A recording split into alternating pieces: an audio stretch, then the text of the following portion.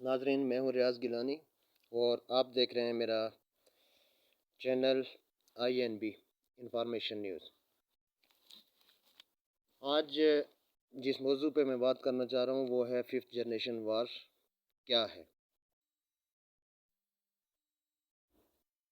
5th generation وار کی اصطلاح David x نے 2009 میں امریکی میگزین وائرڈ پر اپنے ایک کالم میں دی۔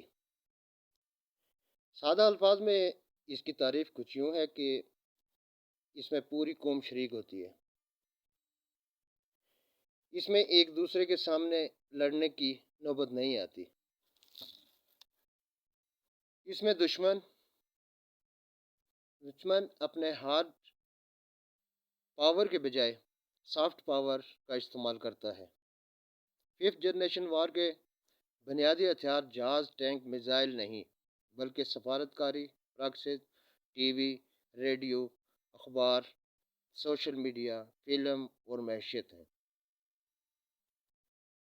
زمین پر نہیں بلکہ ذہنوں پر لڑی جانے والی یہ جنگ ہے۔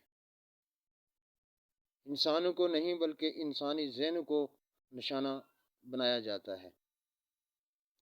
فوجیں بھیجنے کے بجائے زیر نشانہ ملک کے شہریوں کو اپنی ریاست اور فوج کے خلاف استعمال کیا جاتا ہے۔